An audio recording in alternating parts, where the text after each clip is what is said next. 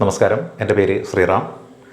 ഇപ്പോൾ ഈ LDC പരീക്ഷയ്ക്ക് അടുത്ത് നിൽക്കുന്ന ഒരു ഘട്ടത്തിൽ ഏകദേശം എല്ലാവരും തന്നെ പഠിച്ച് നല്ല രീതിയിൽ നിൽക്കുകയാണ്. എന്നാലും എവിടെയാണ് കൂടുതൽ ശ്രദ്ധ കേന്ദ്രീകരിക്കേണ്ടത് എന്ന് പല ആളുകൾക്ക് ഇപ്പോഴും എന്തുണ്ട്, ഒരു ആശയക്കുഴപ്പമുണ്ട്.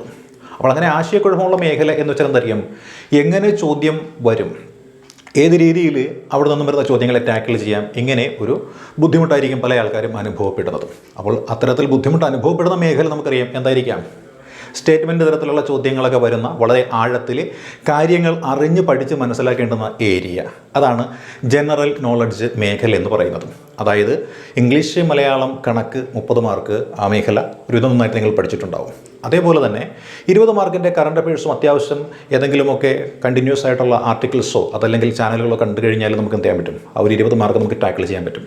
പിന്നീട് വരുന്ന ഈ ഒരു 50 മാർക്ക്, ഈ 50 മാർക്കിൻ്റെ മേഖല എന്ന് പറയുന്നത് സയൻസും അതേപോലെ തന്നെ ജനറൽ നോളജ് വിഷയങ്ങളുമാണ്. അതിൽ സയൻസ് ഒരുവിധം നമുക്ക് ടാക്കിൾ ചെയ്യാൻ പറ്റുമെന്ന് പ്രതീക്ഷിക്കാം. പക്ഷേ അപ്പുറത്തുള്ള ബാക്കി കിടക്കുന്ന മേഖല എന്ന് പറയുന്നത് എന്താണ്, ആഴക്കടലിൽ മുങ്ങിത്തപ്പുന്നത് പോലെയാണ്. അപ്പോൾ ആ ഒരു മേഖലയിൽ നമ്മൾ മുങ്ങിത്തപ്പിയാൽ നമുക്ക് ഗുണം കിട്ടുമോ ഇല്ലയോ, അതാണ് പല ആൾക്കാരുടെയും ആശയക്കുഴപ്പം പറയുന്നത്. അതുകൊണ്ട് തന്നെ ആ മേഖലയിൽ നിന്നും ഉറപ്പായിട്ടും ചോദ്യം നമുക്ക് പ്രതീക്ഷിക്കാൻ പറ്റുന്ന ഏത് രീതിയിൽ ചോദ്യങ്ങൾ വന്നു കഴിഞ്ഞാലും അത് നമ്മുടെ കൈപ്പിടിയിൽ ഒതുങ്ങണമെന്നുണ്ടെങ്കിൽ അതിനെക്കുറിച്ച് നല്ല അവഗാഹം ഉണ്ടായേ പറ്റുകയുള്ളൂ. അപ്പോൾ ഈ ചുരുങ്ങിയ സമയത്തിനുള്ളിൽ എങ്ങനെ അതിനെക്കുറിച്ച് അവഗാഹം ഉണ്ടാക്കിയെടുക്കാം, മാർക്ക് നഷ്ടപ്പെടാതെ എങ്ങനെ പഠനം നടത്താം, ഇൻവെസ്റ്റ് ചെയ്യുന്ന സമയം എങ്ങനെ നമുക്ക് നഷ്ടമല്ലാതെയാക്കി മാറ്റാം, നമുക്ക് പ്രോഫിറ്റബിൾ ആക്കി മാറ്റാം, അങ്ങനെയായിരിക്കും ഇപ്പോൾ എല്ലാവരും ചിന്തിക്കുന്നത്.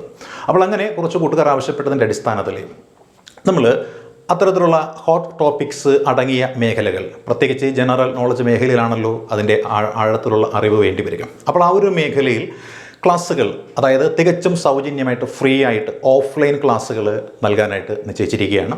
അപ്പോൾ ആ ഓഫ്ലൈൻ ക്ലാസ് എന്ന് പറയുമ്പോൾ വലിയ അക്കാഡമിയൊന്നുമില്ല. ഞാൻ താമസിക്കുന്ന സ്ഥലം തണ്ണീർമുക്കമാണ്. ചേർത്തല താലൂക്കിലാണ്, ആലപ്പുഴ ജില്ലയിലാണ്.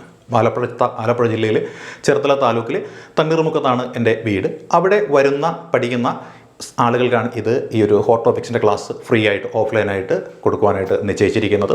അപ്പോൾ കൊടുക്കുന്ന സമയം എൻ്റെ തൊഴിലും കഴിഞ്ഞ് ഞാൻ വരുന്ന ഫ്രീ ടൈം വെച്ചാൽ 7 മണി മുതൽ ഒരു 8:30 വരെയുള്ള ഒരു ടൈമാണ്, ഈവനിങ് ടൈമാണ്. ആ ഒരു സമയത്താണ് നമ്മൾ ഈ ഒരു ക്ലാസ്സുകൾ ഡിസ്കസ് ചെയ്ത് നൽകാനായിട്ട് ആഗ്രഹിക്കുന്നത്. തികച്ച സൗജന്യമായിട്ടാണ്, 10 പൈസ പോലും ആരിൽ നിന്ന് നമ്മൾ സ്വീകരിക്കുന്നില്ല.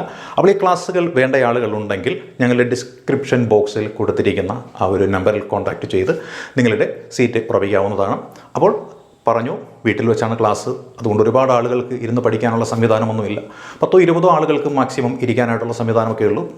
അപ്പം അങ്ങനെയാണെങ്കിൽ വന്ന് പഠിക്കാൻ താല്പര്യമുള്ള ആളുകളുണ്ടെങ്കിൽ, പ്രത്യേകിച്ച് ഈ പ്രദേശവാസികളായിട്ടുള്ള ചേർത്തല താലൂക്കിലുള്ള ആൾക്കാരുണ്ടെങ്കിൽ നിങ്ങൾക്ക് ഈ ഡിസ്ക്രിപ്ഷൻ ബോക്സിൽ കൊടുത്തിരിക്കുന്ന നമ്പറിൽ കോൺടാക്റ്റ് ചെയ്ത് ക്ലാസ്സിൽ പങ്കെടുക്കാവുന്നതാണ്. എടുക്കുന്ന വിഷയം എന്ന് പറയുന്നത് ജനറൽ നോളജ് മേഖലയിലെ ഹോട്ട് ടോപ്പിക്സ് എന്ന് മുദ്രകുത്തപ്പെട്ടിരിക്കുന്ന ആഴത്തിൽ അറിവ് വേണ്ടി വരുന്ന മേഖലയാണ്. അത് വളരെ അനായാസമായിട്ടും ലളിതമായിട്ടും പഠിച്ച് മനസ്സിലാക്കി ആ മേഖലയിൽ നിന്നും 100% മാർക്കും നിങ്ങൾക്ക് സ്വന്തമാക്കുക. അതായിരിക്കണം നിങ്ങളുടെ ലക്ഷ്യം, അത് നിങ്ങൾക്ക് നൽകുക. അതാണ് ഭാസിസ് അക്കാഡമിയുടെയും എൻ്റെയും ലക്ഷ്യം.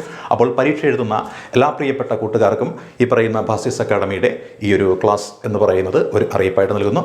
All the best.